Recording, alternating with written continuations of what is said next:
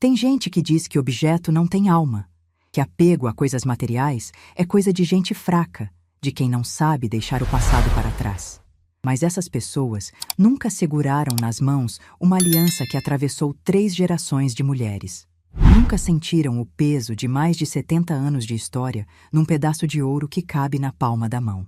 Nunca viram essa mesma história ser jogada dentro de um saco de lixo preto, junto com embalagens vazias e papéis velhos, como se não valesse absolutamente nada.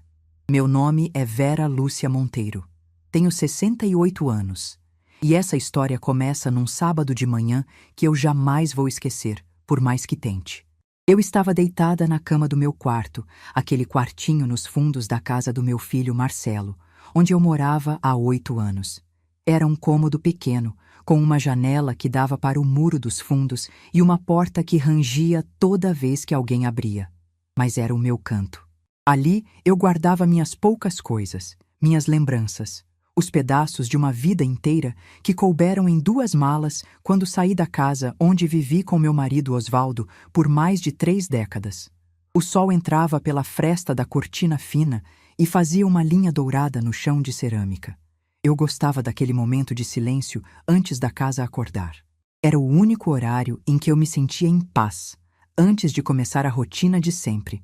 Preparar o café, cuidar dos netos Lucas e Marina, limpar o que ninguém limpava e ouvir as reclamações da minha nora Débora sobre tudo o que eu fazia de errado.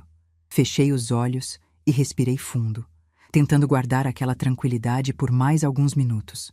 Foi quando ouvi a porta do meu quarto se abrir. Sem batida, sem aviso, sem o mínimo respeito que se tem até com desconhecidos na rua. Débora entrou como um furacão. Carregava 3 sacos de lixo pretos debaixo do braço e tinha aquele olhar determinado que eu já conhecia bem demais.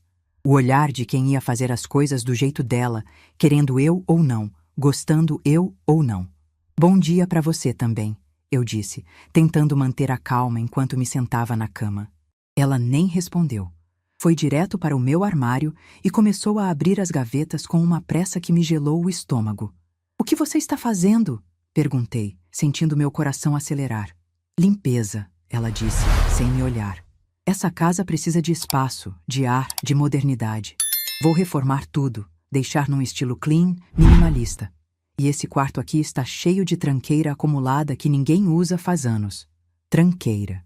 Era assim que ela chamava as minhas coisas. Os porta-retratos com fotos do meu casamento, onde Osvaldo aparecia jovem e sorridente ao meu lado. Os lenços bordados à mão que minha mãe me deu quando completei 15 anos. Os livros de lombada gasta que eu lia e relia há décadas, sempre encontrando algo novo em histórias antigas. Tudo isso para Débora era tranqueira.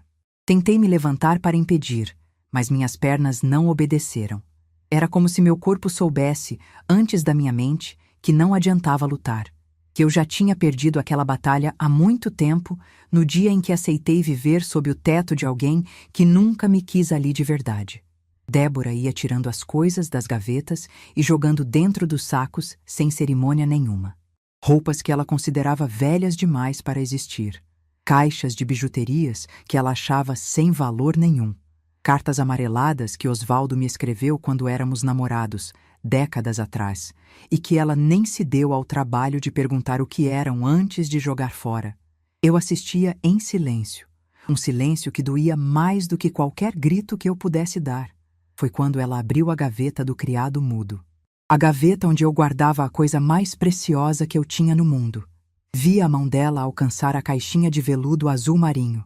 Vi ela abrir a tampa com curiosidade descuidada. E vi o rosto dela se contorcer numa expressão de deboche quando seus olhos encontraram a aliança que estava ali dentro. Era uma peça simples, à primeira vista.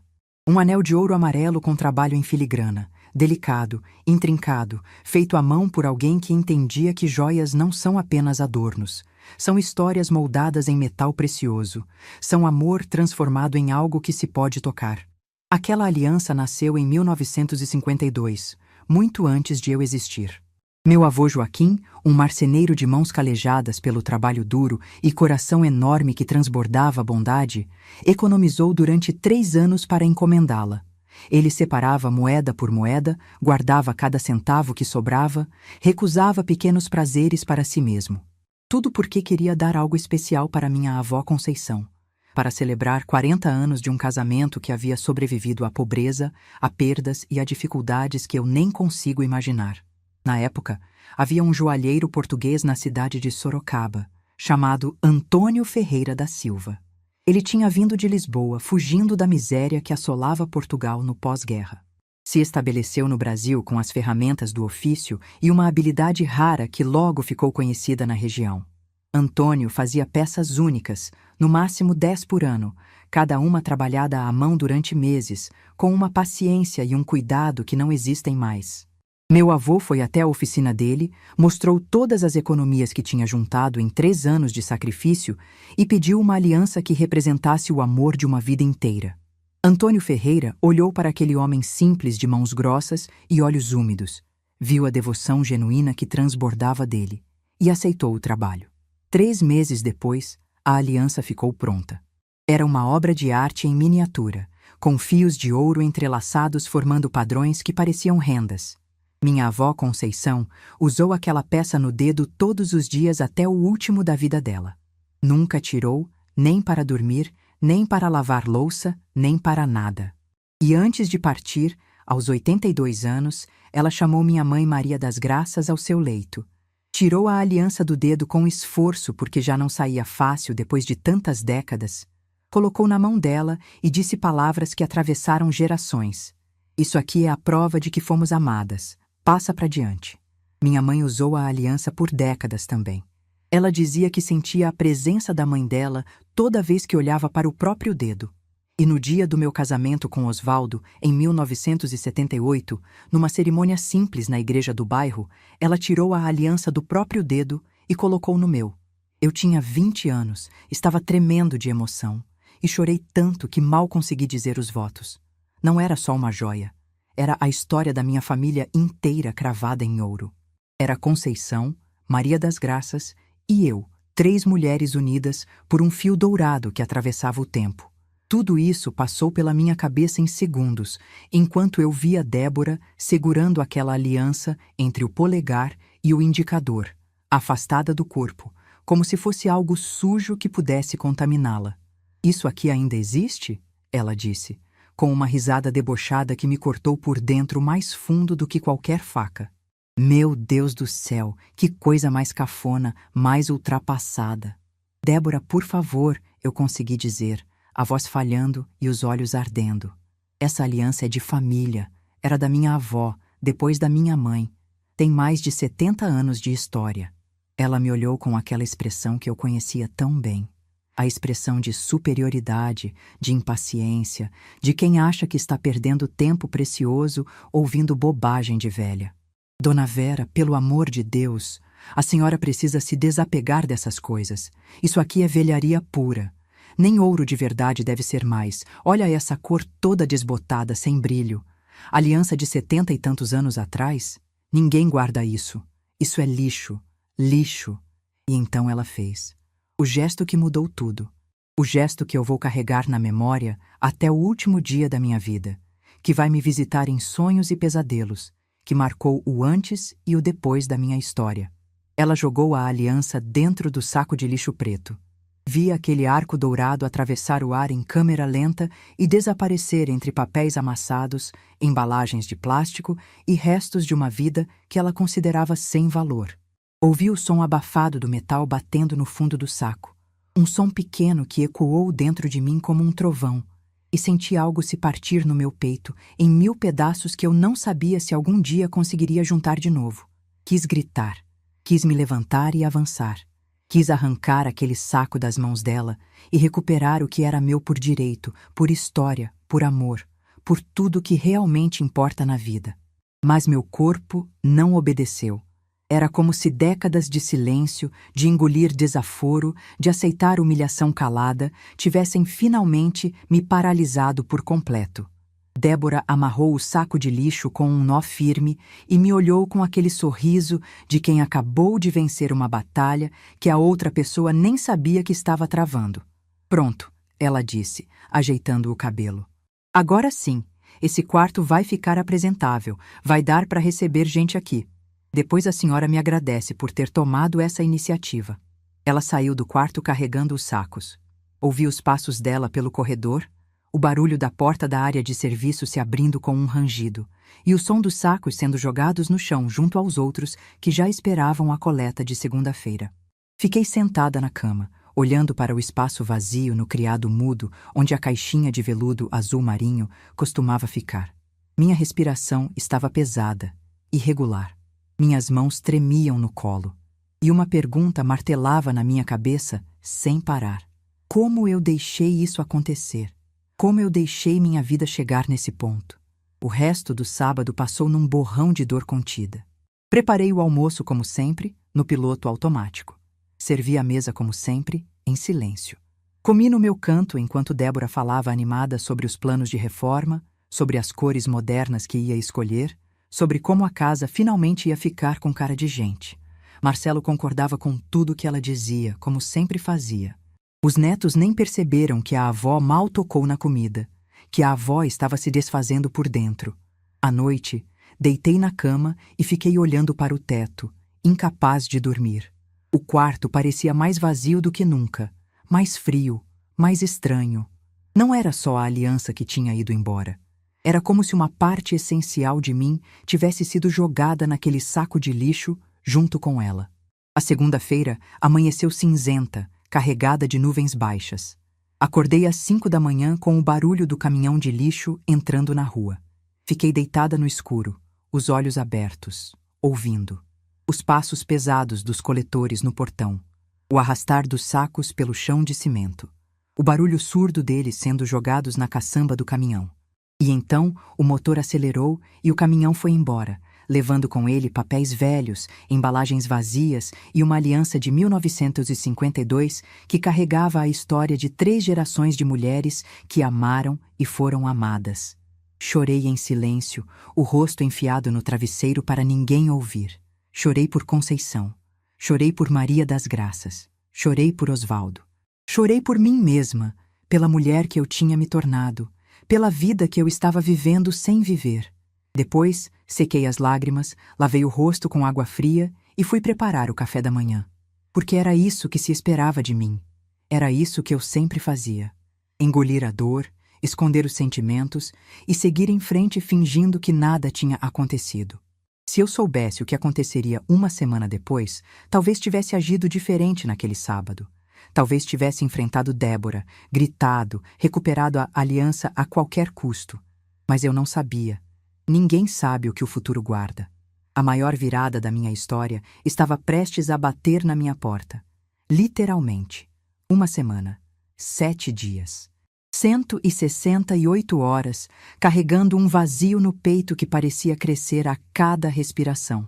Era assim que eu me sentia, desde que o caminhão de lixo levou embora a aliança da minha avó, da minha mãe, a minha herança de 3 gerações de mulheres que amaram e foram amadas.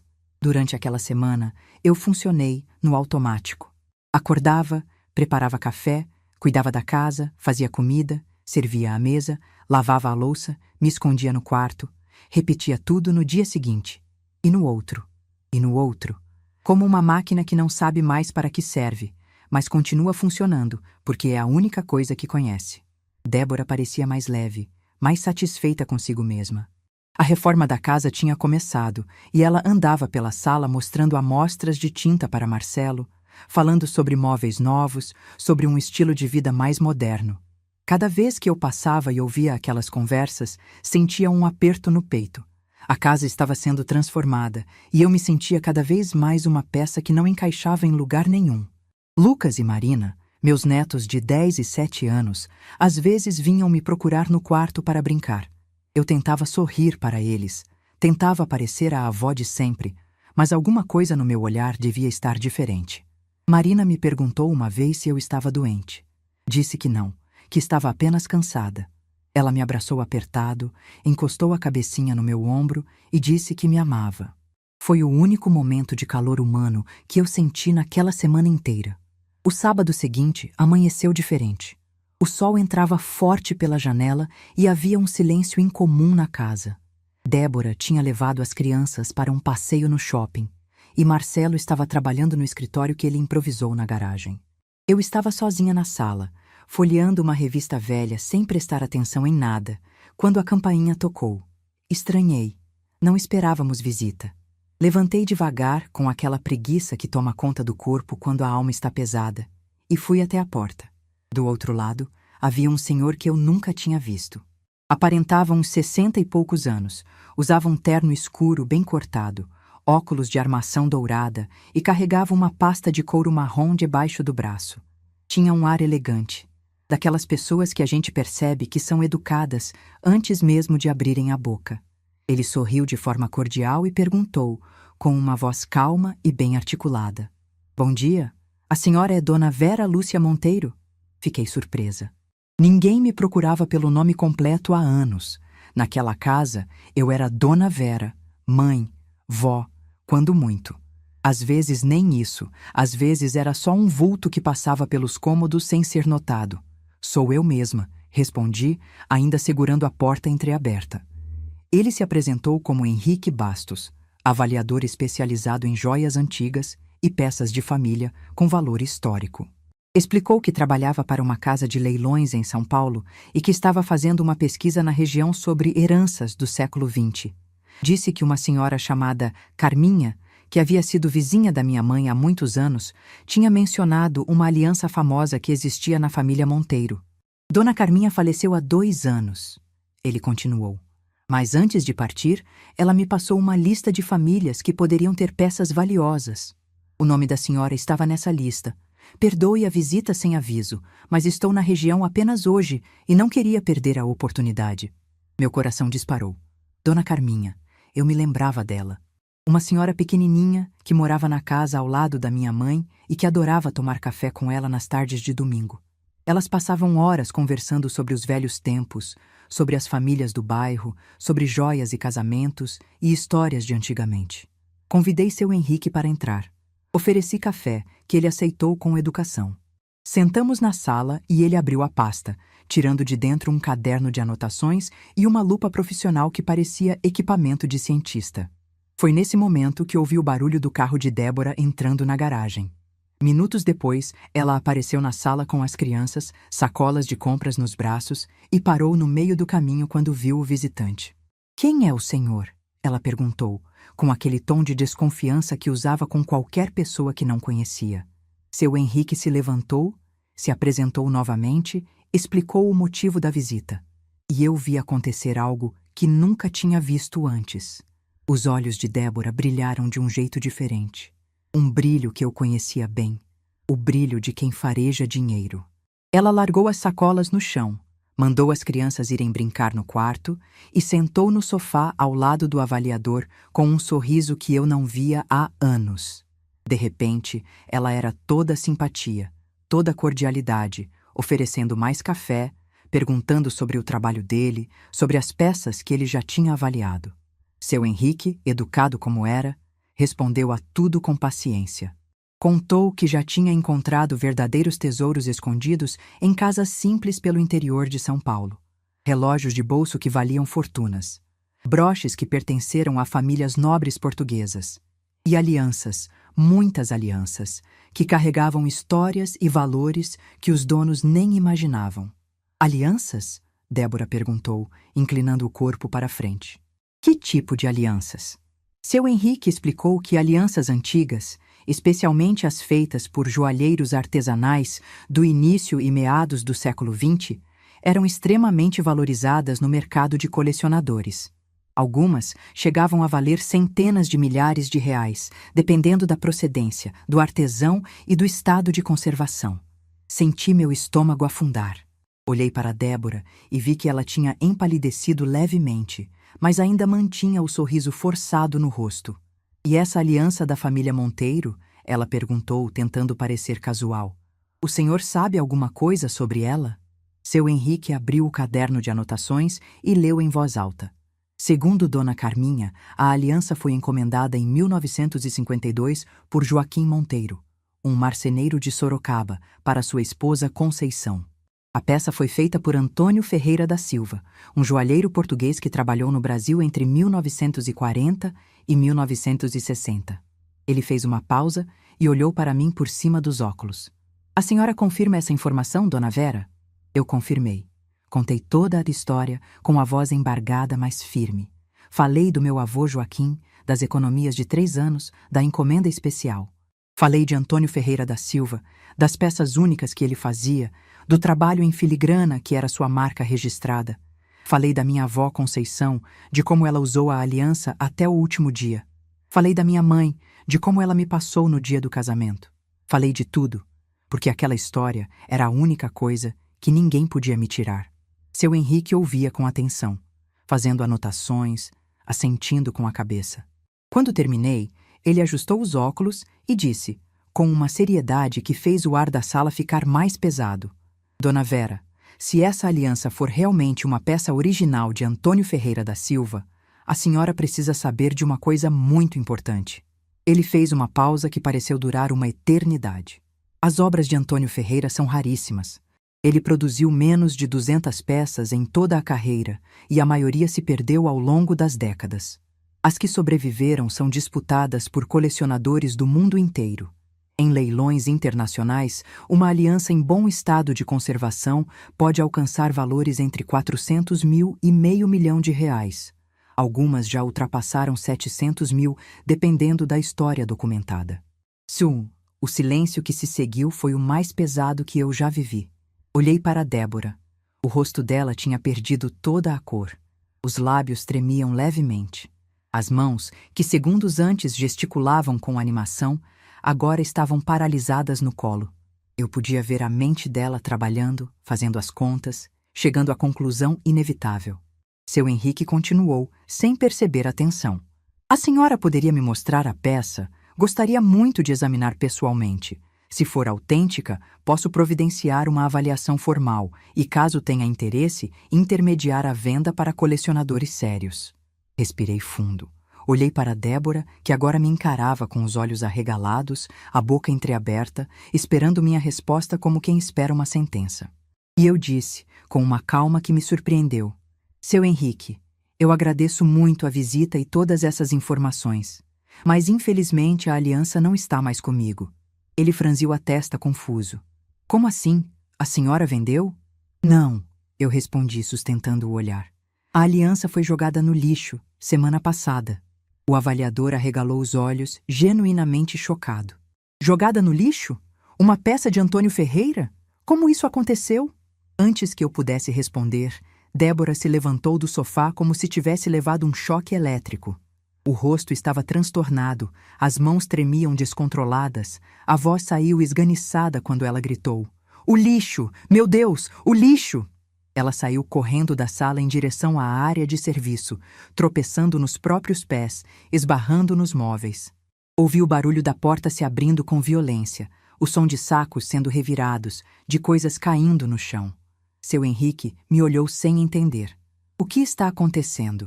Eu permaneci sentada, imóvel, e disse em voz alta o suficiente para que Débora ouvisse do outro cômodo: O caminhão de lixo passou segunda-feira, seu Henrique. Há 6 dias. Um grito abafado veio da área de serviço. Depois, silêncio. Débora voltou para a sala minutos depois. Estava descabelada, com os olhos vermelhos, a respiração ofegante. Tinha sujeira nas mãos de tanto revirar os sacos que ainda restavam ali, procurando algo que há muito tempo já estava num aterro sanitário em algum lugar. Ela me olhou com uma expressão que misturava desespero, raiva e incredulidade, como se eu fosse a culpada. Como se eu tivesse feito aquilo de propósito para destruí-la. Por que você não disse que valia alguma coisa? Ela perguntou, a voz tremendo. Por que você deixou eu jogar fora? Por que você não me impediu? Seu Henrique, percebendo que havia entrado no meio de algo muito maior do que uma simples avaliação de joia, começou a guardar suas coisas na pasta. Pediu desculpas pelo incômodo, disse que sentia muito pela perda e deixou seu cartão na mesa caso a aliança fosse encontrada por algum milagre. Acompanhei-o até a porta em silêncio. Antes de sair, ele segurou minha mão com delicadeza e disse baixinho: Dona Vera, eu sinto muito. Não apenas pela aliança, mas por tudo que a senhora claramente está passando nessa casa. A senhora merece mais do que isso.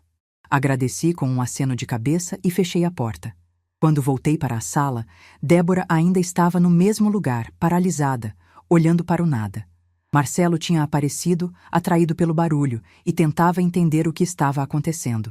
R$ 500.000, Débora murmurou, mais para si mesma do que para qualquer um. R$ 500.000 no lixo. Eu joguei R$ 500.000 no lixo. Marcelo olhou para mim pedindo explicação. Eu contei, em poucas palavras, o que havia acontecido. Vi o rosto do meu filho passar por várias emoções, surpresa, confusão e finalmente algo que parecia vergonha. Débora se virou para mim, os olhos cheios de lágrimas de frustração. Você fez isso de propósito, ela acusou. Você sabia o valor e não disse nada. Você queria me prejudicar. Eu a olhei nos olhos, sem desviar, sem me diminuir, sem pedir desculpas por algo que não fiz.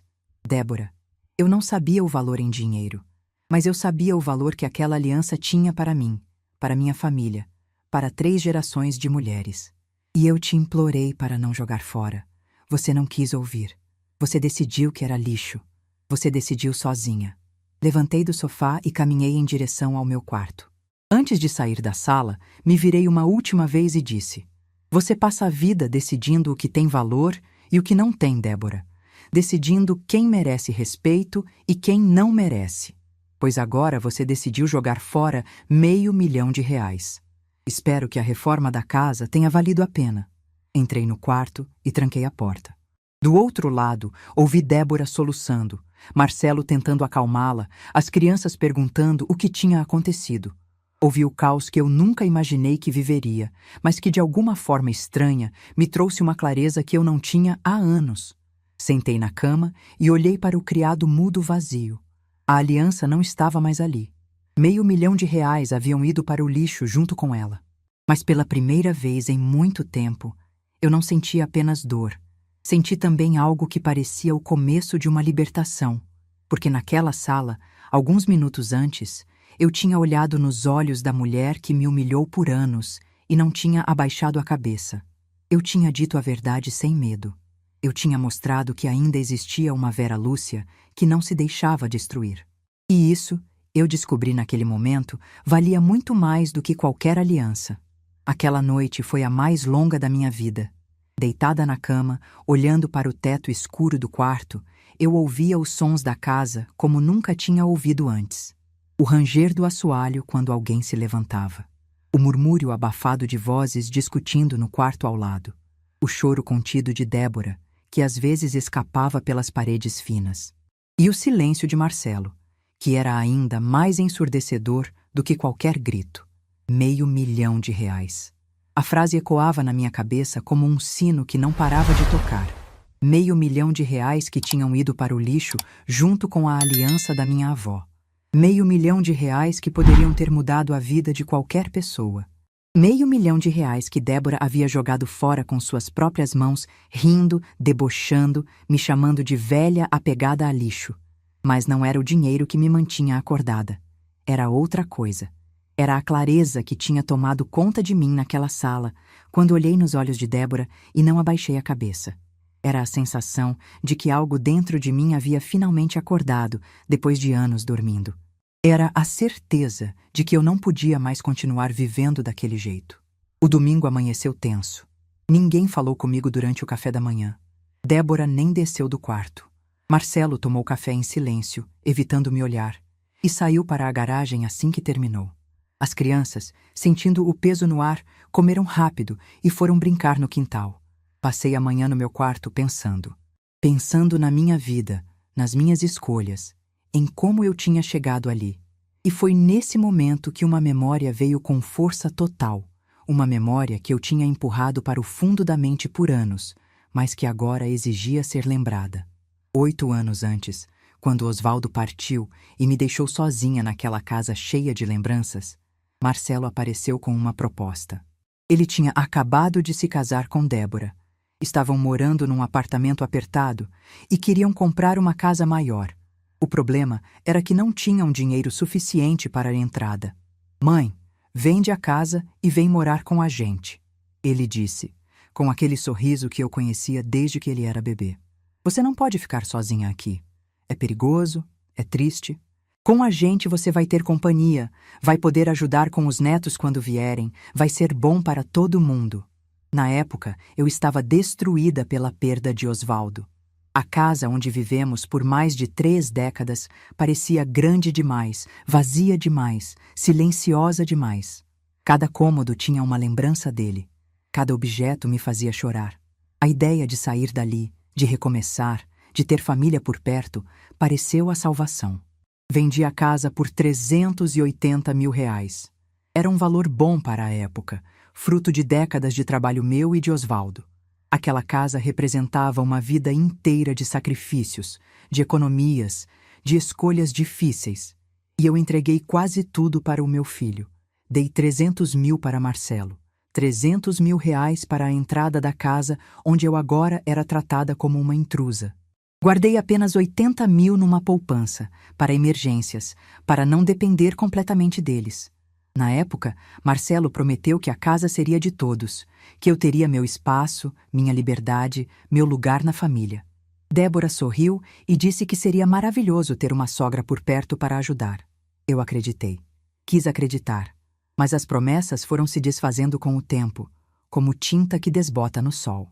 O quarto, que seria meu cantinho especial, virou o menor da casa, nos fundos, longe de tudo.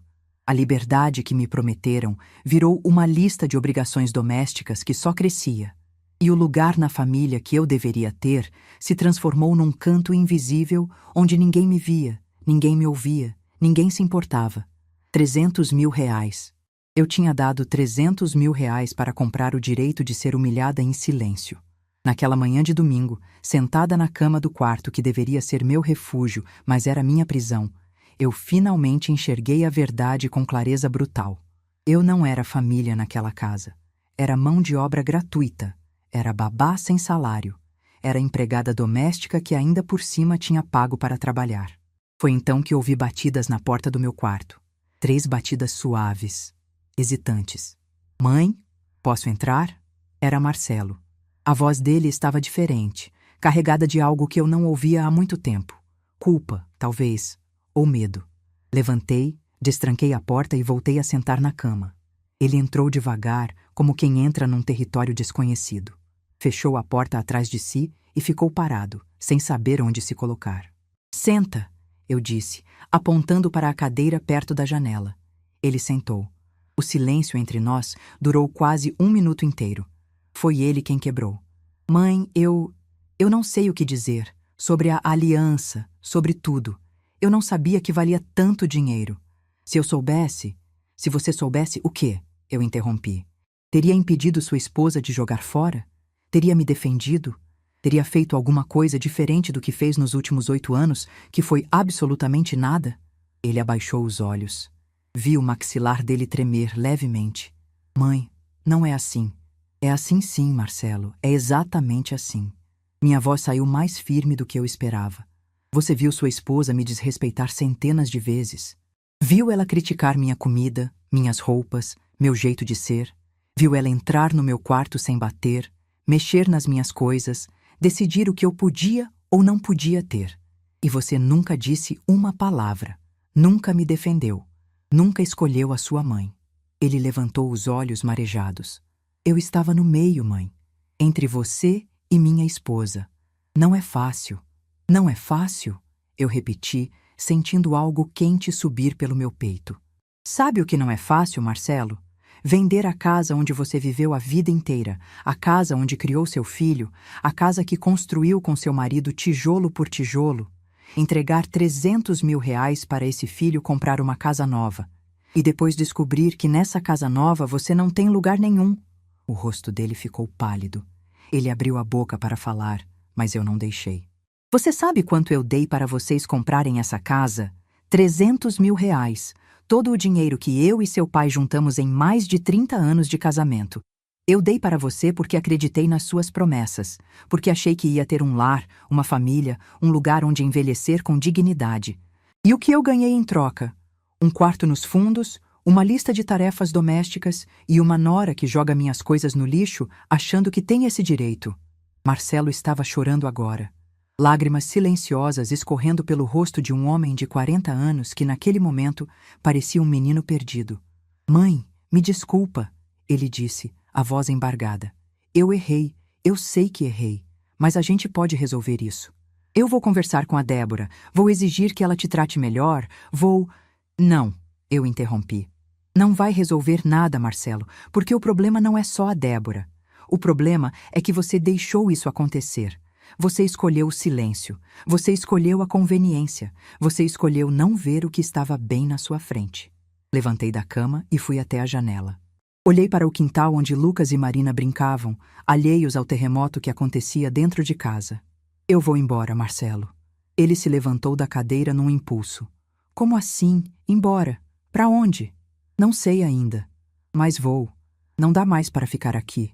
Não depois de tudo que aconteceu. Não depois de finalmente enxergar o que eu me tornei nesses 8 anos. Mãe, você não pode ir embora assim. Onde você vai morar? Como vai se sustentar? Você tem quase 70 anos. Não pode simplesmente... Eu tenho 68 anos. Eu corrigi, me virando para encará-lo. E tenho 80 mil reais na poupança que sobrou da venda da casa. Tenho minha aposentadoria. E tenho uma irmã em Santos que sempre disse que a porta dela está aberta para mim. Eu vou ficar bem, Marcelo. Talvez pela primeira vez em muito tempo eu vá ficar bem de verdade. Ele deu um passo na minha direção, os olhos suplicantes. Mãe, por favor, não faz isso. As crianças precisam de você. Eu preciso de você. A gente pode mudar, pode ser diferente. As crianças vão sentir minha falta, e eu vou sentir a falta delas. Mas elas têm pai e mãe para cuidar delas. E você, Marcelo? Fiz uma pausa, escolhendo as palavras com cuidado. Você precisou de mim a vida inteira, e eu sempre estive aqui. Mas agora eu preciso de mim. Preciso me lembrar de quem eu era antes de virar só a mãe do Marcelo, a avó do Lucas e da Marina, a empregada da Débora. Preciso voltar a ser Vera Lúcia. Ele ficou em silêncio por um longo momento. Quando falou de novo, a voz era quase um sussurro. E os 300 mil? Você quer de volta? A pergunta me pegou de surpresa. Olhei para o meu filho, para aquele homem que eu tinha carregado no colo, que eu tinha criado sozinha depois que Osvaldo partiu cedo demais, que eu tinha amado mais do que a mim mesma por 4 décadas. E senti algo que não esperava sentir. Pena. Não, Marcelo. Não quero o dinheiro de volta. Eu dei de presente, e presente não se pede de volta. Além disso, vocês não teriam como me devolver mesmo, não é? A reforma que a Débora tanto queria deve estar consumindo cada centavo. Ele abaixou os olhos, confirmando em silêncio o que eu já sabia. Eu só quero uma coisa, eu continuei. Quero que você lembre de tudo isso quando suas filhas crescerem. Quero que você ensine Lucas e Marina a tratar as pessoas com respeito, mesmo quando essas pessoas não têm mais nada a oferecer além de amor. E quero que você nunca, jamais, deixe alguém tratar a sua mãe do jeito que você deixou a Débora me tratar. Ele assentiu, incapaz de falar. Caminhei até a porta e a abri. Agora eu preciso ficar sozinha. Preciso pensar, organizar minhas coisas, fazer alguns telefonemas. Amanhã a gente conversa sobre os detalhes. Marcelo passou por mim de cabeça baixa. Antes de sair, ele parou e disse sem se virar. Eu te amo, mãe. Mesmo não parecendo, mesmo eu tendo falhado tanto com você, eu te amo. Eu sei, filho, respondi. Eu também te amo. Mas às vezes amor não é suficiente. Às vezes a gente precisa de respeito também. Ele saiu. Fechei a porta e encostei as costas nela, sentindo o peso daquela conversa em cada osso do meu corpo. Fui até o criado mudo, peguei meu celular e procurei um número que eu não discava há meses.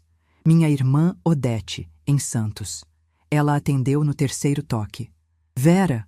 Nossa, que surpresa! Está tudo bem? Respirei fundo e disse as palavras que mudariam minha vida. Odete, eu preciso da sua ajuda. Eu preciso sair daqui. Você pode me receber por uns dias até eu me organizar? O silêncio do outro lado durou apenas 1 segundo. Depois, a voz firme e acolhedora da minha irmã mais velha encheu meu ouvido. Vera, A minha casa é sua casa. Sempre foi. Vem pra cá, irmã. Vem que a gente resolve tudo junto. Desliguei o telefone e olhei pela janela. O sol da tarde pintava o quintal de dourado. Lucas e Marina ainda brincavam lá fora, as risadas deles entrando pelo vidro fechado. Eu ia sentir falta daquelas risadas. Ia sentir falta daqueles abraços, daqueles beijinhos de boa noite, daquelas perguntinhas inocentes que só criança sabe fazer. Mas eu não podia mais viver uma vida pela metade, só para estar perto deles. Às vezes a gente precisa ir embora para poder voltar. Precisa se perder para se encontrar. Precisa deixar de ser tudo para os outros, para finalmente ser alguma coisa para si mesma. E era exatamente isso que eu estava prestes a fazer. Passei a segunda-feira inteira arrumando minhas coisas. Não tinha muito o que levar. 8 anos morando naquela casa e minha vida inteira cabia em 2 malas e uma bolsa de mão. Roupas, alguns livros, os documentos importantes, as poucas fotografias que Débora não tinha jogado fora. Era triste perceber como eu tinha me reduzido ao longo dos anos, como tinha ocupado cada vez menos espaço, cada vez menos ar, cada vez menos vida. Marcelo saiu cedo para o trabalho, evitando me olhar durante o café da manhã. Débora nem desceu do quarto. Segundo as crianças, ela estava com dor de cabeça.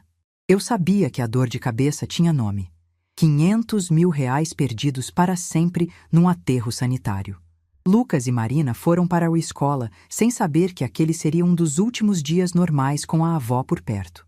Eu os abracei um pouco mais forte na porta, respirei o cheiro de shampoo infantil nos cabelos deles e segurei as lágrimas que insistiam em querer cair. Enquanto arrumava as malas, minha mente viajava pelas memórias daquela casa. Os aniversários das crianças que eu ajudei a organizar. As noites em que Lucas teve febre e eu fiquei acordada cuidando dele. As tardes em que Marina me pedia para fazer trança no cabelo enquanto contava sobre as amigas da escola.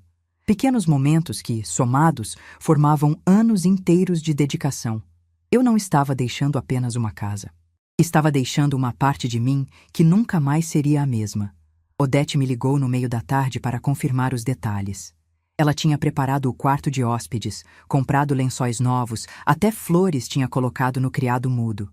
Minha irmã mais velha, 72 anos, viúva também, morando sozinha num apartamento de frente para o mar em Santos. Ela sempre dizia que eu deveria ter ido morar com ela quando Osvaldo partiu. Talvez ela estivesse certa. Talvez eu tivesse escolhido o caminho errado 8 anos atrás. Mas não adiantava pensar no que poderia ter sido. O que importava agora era o que ainda podia ser. A passagem de ônibus estava comprada para quarta-feira, às 7 da manhã. Eu tinha decidido partir cedo, antes que a casa acordasse por completo, antes que as despedidas ficassem longas demais, dolorosas demais. Mas havia uma coisa que eu precisava fazer antes de ir. Precisava me despedir dos meus netos. Na terça-feira à noite, depois do jantar, pedi para Marcelo trazer as crianças até meu quarto. Ele me olhou com os olhos vermelhos, mas não disse nada. Apenas assentiu e foi buscá-los. Lucas entrou primeiro, com aquele jeitão desengonçado de menino de 10 anos que está crescendo rápido demais. Marina veio logo atrás, segurando o ursinho de pelúcia que eu tinha dado para ela no aniversário de 5 anos. Marcelo ficou parado na porta, sem saber se entrava ou não. "Entra, filho", eu disse. "Você também precisa ouvir isso." Ele entrou e fechou a porta. Os 4 ficamos ali, no meu quartinho nos fundos, cercados pelas malas que contavam sem palavras o que estava prestes a acontecer. "Vovó vai viajar?" Marina perguntou, olhando para as malas com aqueles olhos grandes e curiosos. Respirei fundo. Tinha ensaiado aquela conversa na minha cabeça o dia inteiro, mas agora que o momento tinha chegado, as palavras pareciam fugir. "Vem cá, meu amor", eu disse abrindo os braços. Marina correu e se aninhou no meu colo. Lucas ficou parado, desconfiado, como se já soubesse que algo estava errado. Com 10 anos, as crianças já percebem mais do que a gente imagina. "A vovó vai morar um tempo na casa da tia-avó Odete, em Santos", eu disse, tentando manter a voz firme. "Lembra dela? A gente foi visitar uma vez quando você era pequenininha." Marina franziu a testa. "Mas por quê? A vovó não gosta mais de morar aqui com a gente?" A pergunta me acertou como uma flecha no peito. Olhei para Marcelo, que desviou o olhar. Voltei os olhos para minha neta e acariciei o rosto dela com toda a ternura que eu tinha. Não é isso, meu amor. A vovó ama vocês mais do que tudo no mundo. Mas às vezes a gente precisa ir embora para ficar bem. Às vezes a gente precisa de um tempinho longe para lembrar de quem a gente é. Lucas se aproximou devagar. É por causa da briga? Ele perguntou, baixinho. Eu ouvi a mamãe gritando no sábado e vi ela chorando no quarto. É por isso que a senhora vai embora? Crianças. Elas veem tudo, ouvem tudo, entendem mais do que a gente pensa. As pessoas adultas às vezes têm problemas complicados, Lucas, eu disse, puxando ele para perto também. Não é culpa de ninguém. Não é culpa sua, nem da Marina, nem do papai. É só que, às vezes, as coisas não funcionam do jeito que a gente queria e a gente precisa fazer mudanças. Mas a senhora vai voltar, né? Marina perguntou, os olhos já marejados. Promete que vai voltar? Senti minha garganta fechar. Como prometer algo assim? Como dizer que sim quando eu nem sabia o que o futuro guardava? A vovó promete que vocês vão sempre estar no meu coração, eu disse, beijando a testa dela. E promete que a gente vai se falar sempre. Vocês podem me ligar, mandar mensagem, fazer videochamada e nas férias, se o papai deixar, vocês podem ir me visitar em Santos. Tem praia lá, sabia? A gente pode fazer castelo de areia juntos. Marina abriu um sorriso pequeno entre as lágrimas. Castelo de areia de verdade? De verdade. O maior castelo de areia que vocês já viram. Lucas permaneceu sério. Ele era mais parecido comigo. Guardava as emoções por dentro, processava tudo em silêncio. Mas quando me abraçou, abraçou forte, e eu senti o corpo dele tremer levemente. Eu vou sentir sua falta, vó. Ele sussurrou no meu ouvido. A senhora é a única que me escuta de verdade. Aquelas palavras me quebraram por dentro. Segurei o choro com todas as forças que tinha e abracei meus 2 netos como se fosse a última vez. E talvez fosse. Talvez não. Só o tempo diria. Marcelo assistiu a cena inteira, encostado na parede, as lágrimas escorrendo em silêncio pelo rosto. Quando as crianças finalmente se soltaram de mim, ele se aproximou. Crianças, deem boa noite para a vovó. Amanhã cedo ela vai viajar e vocês têm escola. Mas eu quero ficar com a vovó, Marina protestou, se agarrando em mim. Eu sei, meu amor, eu disse, gentilmente afastando ela. Mas a vovó precisa descansar para a viagem. E você precisa dormir para crescer forte e bonita. A gente se fala amanhã, está bem? Eu prometo que ligo assim que chegar em Santos. Marcelo levou as crianças para o quarto delas. Eu fiquei sozinha, sentada na cama, olhando para as malas prontas e sentindo o peso daquela despedida em cada célula do meu corpo. Meia hora depois, ouvi batidas na porta. Batidas fortes, impacientes. Eu já sabia quem era antes mesmo de abrir. Débora entrou sem esperar convite. O rosto estava inchado de tanto chorar, mas os olhos tinham uma dureza que eu conhecia bem. Ela fechou a porta atrás de si e ficou me encarando em silêncio por alguns segundos. Então é verdade, ela disse finalmente. Você vai embora mesmo. Vou, respondi, sem me levantar da cama. Amanhã cedo. Ela cruzou os braços. E você acha que pode simplesmente ir, depois de tudo o que aconteceu? Você acha que pode destruir minha vida e sair andando como se nada tivesse acontecido? Eu quase ri. Quase. Destruir sua vida, Débora? Eu destruí sua vida? 500 mil reais, ela gritou, a voz subindo uma oitava. 500 mil reais que estavam guardados nesse quarto e você nunca disse nada. Você deixou eu jogar fora de propósito. Você queria me ferrar. Levantei da cama devagar. Senti uma calma estranha tomar conta de mim. Aquela calma que vem quando a gente finalmente para de ter medo. Débora, eu vou te dizer uma coisa, e você vai ouvir até o fim. Depois, eu nunca mais vou tocar nesse assunto. Ela abriu a boca para interromper, mas eu levantei a mão. Eu não sabia o valor em dinheiro daquela aliança.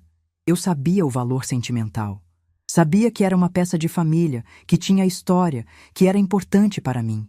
E eu te implorei para não jogar fora. Você lembra disso? Você lembra de eu pedindo, por favor, para você não jogar? Ela desviou o olhar. Você não quis ouvir, continuei. Você riu de mim. Chamou a aliança de lixo, chamou de cafona e jogou dentro do saco sem pensar 2 vezes. A escolha foi sua, Débora, não minha. Mas você podia ter dito... Eu disse. Minha voz subiu pela primeira vez. Eu disse que era de família Disse que tinha mais de 70 anos de história. E você respondeu que era velharia, que ninguém guarda isso, que era lixo. Foram suas palavras, não minhas. Ela ficou em silêncio, o rosto vermelho. Agora você quer me culpar, porque a sua ganância se voltou contra você. Eu continuei. Quer me transformar na vilã dessa história para não ter que olhar no espelho e encarar a verdade. Mas a verdade é simples, Débora. Você jogou fora porque não respeitava nada que fosse meu. Porque para você, eu não tinha valor nenhum. E se minhas coisas não tinham valor, por que uma aliança velha teria? Ela engoliu em seco. Vi os olhos dela se encherem de lágrimas novamente, mas dessa vez não pareciam lágrimas de tristeza. Pareciam lágrimas de raiva. Você vai se arrepender de ir embora, ela disse, a voz tremendo. Quando perceber que está sozinha, que ninguém se importa com você, que suas economias estão acabando, você vai querer voltar. E aí não sei se vai ter lugar para você aqui. Eu sorri. Um sorriso triste, cansado, mas genuíno. Débora, eu já estou sozinha há 8 anos. Sozinha no meio de uma família que não me enxerga. Numa casa que eu ajudei a pagar, mas onde nunca tive lugar. Se vou estar sozinha de verdade, pelo menos vai ser com dignidade. Pelo menos vai ser por escolha minha. Caminhei até a porta e a abri.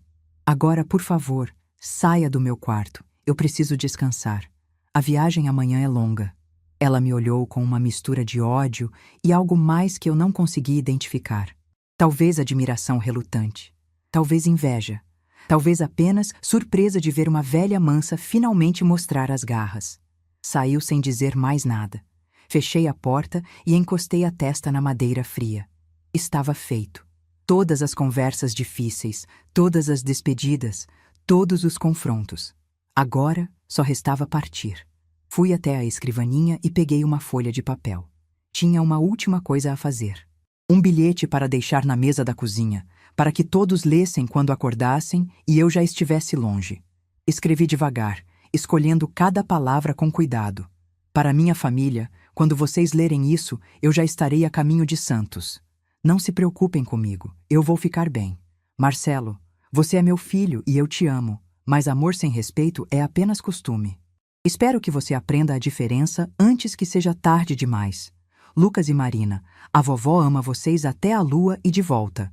Cuidem um do outro. E lembrem sempre, o valor das pessoas não está no que elas têm, mas em como elas tratam os outros. Débora, você queria que eu fosse embora. Agora estou indo. Talvez um dia você entenda que certas coisas que parecem lixo são, na verdade, as mais valiosas de todas. E quando você perceber isso, talvez já seja tarde demais para recuperar. Não me procurem. Quando eu estiver pronta, eu entro em contato. Com amor e dignidade, Vera Lúcia Monteiro.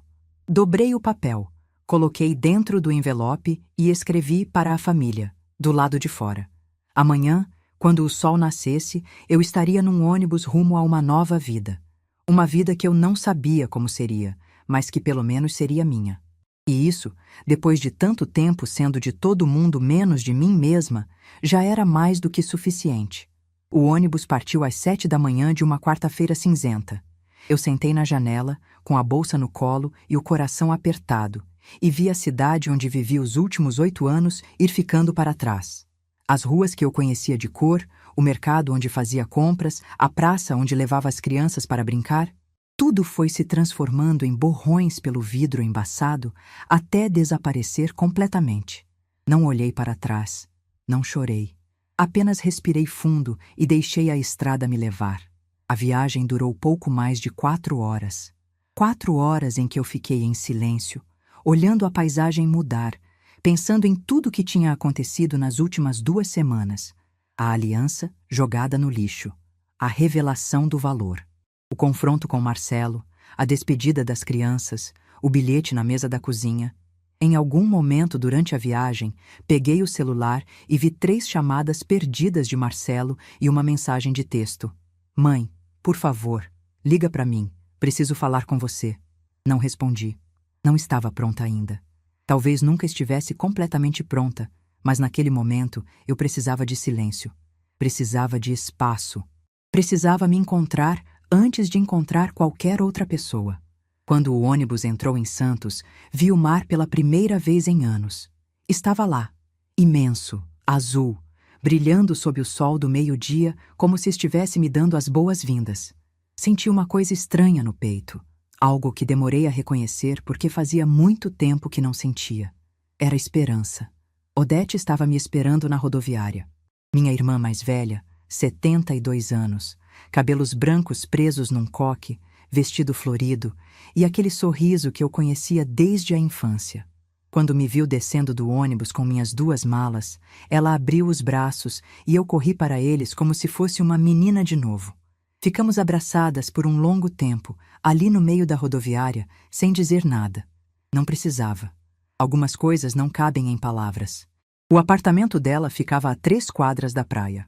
Era pequeno, simples, mas tinha uma varanda de onde se via o mar. Quando entrei no quarto que ela tinha preparado para mim, com lençóis novos, flores no criado mudo e uma janela que deixava entrar a brisa salgada, senti meus olhos arderem. "É seu pelo tempo que precisar", Odete disse, colocando a mão no meu ombro. "Essa casa sempre foi sua também, Vera. Eu só estava esperando você perceber isso."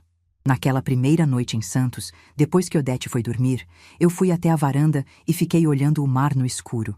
As ondas batiam na areia com um ritmo constante, quase hipnótico. O som era diferente de tudo que eu conhecia, tão diferente do silêncio pesado daquela casa onde passei 8 anos me sentindo invisível. Pensei na aliança da minha avó, perdida para sempre num aterro sanitário. Pensei nos 500 mil reais que Débora jogou fora com as próprias mãos. Pensei em todas as coisas que eu também tinha jogado fora ao longo dos anos. Minha voz, minha opinião, minha dignidade, meu direito de existir como pessoa e não apenas como função. E percebi algo que me fez chorar pela primeira vez desde que saí de casa. A aliança não tinha ido embora por acaso. Ela tinha cumprido seu papel. Durante 74 anos, ela passou de mão em mão, lembrando cada mulher da nossa família que nós éramos amadas. Minha avó Conceição usou até o fim. Minha mãe Maria das Graças usou até me passar. E eu guardei por décadas, olhando para ela nos momentos difíceis, lembrando de quem eu era. Mas talvez a aliança precisasse ir embora para eu finalmente entender a mensagem que ela carregava. Isso aqui é a prova de que fomos amadas. Passa para diante. Minha avó não estava falando só da joia. Estava falando do amor próprio, da dignidade, do valor que existe dentro de cada uma de nós, com ou sem ouro, com ou sem dinheiro, com ou sem aprovação dos outros. Eu tinha passado 8 anos esperando que Débora me valorizasse, esperando que Marcelo me defendesse, esperando que alguém, qualquer pessoa, enxergasse meu valor e me tratasse de acordo. Mas o valor não vem de fora. Nunca veio. O valor está aqui dentro, e só eu posso reconhecê-lo. A aliança foi o preço da minha libertação.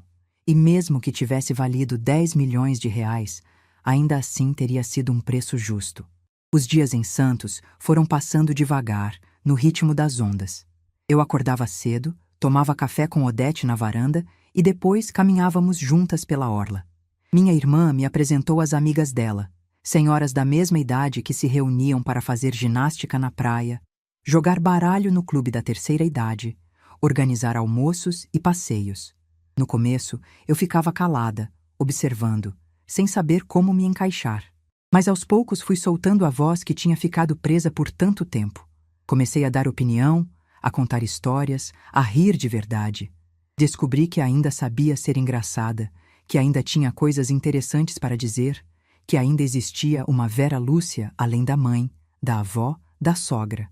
2 semanas depois de chegar em Santos, finalmente liguei para Marcelo. Ele atendeu no primeiro toque. "Mãe?" "Graças a Deus." "Eu estava tão preocupado." "Eu sei, filho.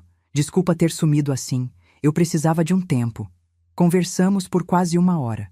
Ele me contou que as crianças perguntavam por mim todos os dias, que Marina dormia abraçada com o ursinho que eu tinha dado, que Lucas tinha ficado mais quieto desde que eu fui embora.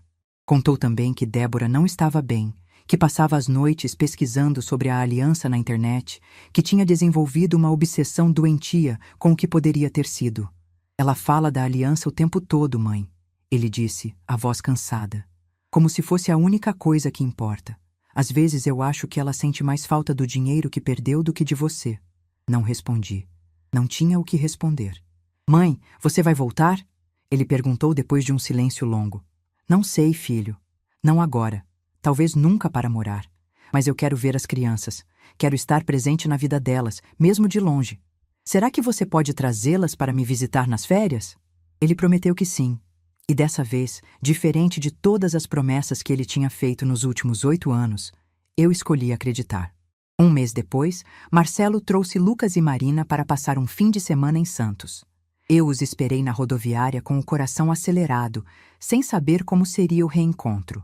Mas quando Marina me viu, ela soltou a mão do pai e veio correndo na minha direção, gritando "Vovó!", com aquela voz fina que eu tanto amava.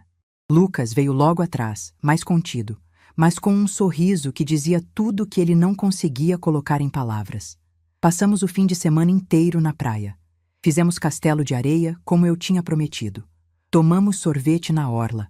Caminhamos com os pés na água, deixando as ondas molharem nossas canelas. Marina ria tanto que chegava a engasgar, e Lucas, pela primeira vez em muito tempo, parecia uma criança de verdade, não um menino carregando preocupações de adulto. Na última noite, antes de irem embora, Lucas me puxou para um canto e disse baixinho: "Vovó, a senhora está diferente." "Diferente como, meu amor?" "Mais feliz. A senhora sorri mais agora. Antes a senhora quase nunca sorria." Abracei meu neto com força e beijei o topo da cabeça dele. "É porque agora eu lembrei quem eu sou, Lucas. Às vezes a gente esquece, sabe? Fica tanto tempo sendo o que os outros querem que esquece o que a gente quer. Mas eu lembrei, e não vou esquecer de novo." Marcelo foi embora com as crianças no domingo à noite. Antes de entrar no carro, ele me abraçou e sussurrou no meu ouvido: "Me desculpa, mãe, por tudo. Eu devia ter te protegido." "Eu sei, filho", respondi. "Mas agora eu aprendi a me proteger sozinha. E isso talvez seja o melhor presente que essa situação toda podia ter me dado." Hoje, 6 meses depois de ter encontrado minhas coisas sendo jogadas em sacos de lixo, eu estou sentada na varanda do apartamento em Santos, olhando o mar se tingir de laranja com o pôr do sol. Odete está na cozinha preparando o jantar, cantarolando uma música antiga que nossa mãe costumava cantar. O cheiro de comida caseira entra pela porta e se mistura com a brisa salgada. Não tenho mais a aliança da minha avó. Nunca mais vou tê-la. 500 mil reais foram para o lixo junto com ela, e não há nada que eu possa fazer para mudar isso. Mas sabe de uma coisa? Eu não trocaria a vida que tenho agora por aliança nenhuma, porque eu descobri algo que Débora nunca vai entender, por mais que pesquise na internet, por mais que chore, por mais que se culpe. O valor daquela aliança não estava no ouro, não estava no trabalho artesanal, não estava nos 500 mil reais que um colecionador pagaria por ela. O valor estava na mensagem que ela carregava. Isso aqui é a prova de que fomos amadas. Passa para diante. E essa mensagem eu não perdi. Essa mensagem está aqui comigo, dentro do meu peito, mais forte do que nunca. Eu sou neta de Conceição, filha de Maria das Graças, viúva de Osvaldo. Sou mãe de Marcelo, avó de Lucas e Marina. Sou irmã de Odete. Sou Vera Lúcia Monteiro, uma mulher de 68 anos que finalmente aprendeu que seu valor não depende de ninguém. Débora quis me jogar fora junto com a aliança, mas ela se enganou. Porque diferente do ouro, que pode ser derretido e destruído, a dignidade de uma mulher que finalmente se encontrou não pode ser jogada em lixo nenhum. Às vezes, Marina me liga por vídeo antes de dormir. Ela mostra os desenhos que fez na escola, conta sobre as amigas, pergunta quando vai poder voltar para fazer castelo de areia. Lucas às vezes aparece no fundo, acenando tímido, mas com aquele sorriso que me diz que está tudo bem. Marcelo e eu conversamos toda semana. A relação não é a mesma de antes, e talvez nunca seja, mas é uma relação honesta agora, sem mentiras, sem promessas vazias, sem expectativas que não podem ser cumpridas. Débora nunca mais falou comigo. Segundo Marcelo, ela ainda não superou o que aconteceu. Ainda acorda de madrugada pensando na aliança, ainda procura em sites de leilão, ainda alimenta a esperança absurda de que a peça apareça em algum lugar. Eu não guardo rancor dela. Não tenho mais espaço para isso.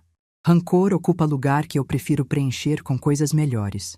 Caminhadas na praia, risadas com minha irmã, videochamadas com meus netos, o som das ondas me fazendo companhia enquanto eu leio um livro na varanda. Às vezes penso na mulher que eu era antes de tudo isso acontecer. Aquela mulher que acordava às 5 da manhã para fazer café, que limpava a casa inteira sem reclamar, que engolia desaforo em silêncio, achando que isso era amor. Eu sinto compaixão por ela. Queria poder voltar no tempo e dizer: você merece mais, você sempre mereceu. Mas se eu pudesse voltar no tempo, talvez mudasse tudo. Talvez nunca vendesse a casa. Talvez nunca fosse morar com Marcelo. Talvez a aliança ainda estivesse guardada na minha gaveta, junto com uma mulher que nunca descobriu quem realmente era. E isso, no fim das contas, seria a maior perda de todas. A aliança se foi, mas eu me encontrei. E entre uma joia de R$500.000 e uma mulher que finalmente aprendeu a se valorizar, eu escolho a mulher. Todos os dias, sem hesitar. Porque o verdadeiro tesouro nunca esteve naquela caixinha de veludo azul marinho. O verdadeiro tesouro sempre esteve aqui dentro. Eu só precisava de uma nora cruel e uma aliança jogada no lixo para finalmente enxergar isso. Obrigada, Débora. De verdade. Você quis me destruir, mas acabou me libertando. E essa liberdade, diferente da aliança, ninguém nunca vai poder jogar fora. Se essa história tocou seu coração, deixe seu like, se inscreva no canal e comente aqui embaixo. No meu lugar, o que você faria? Sua mensagem pode iluminar o dia de alguém.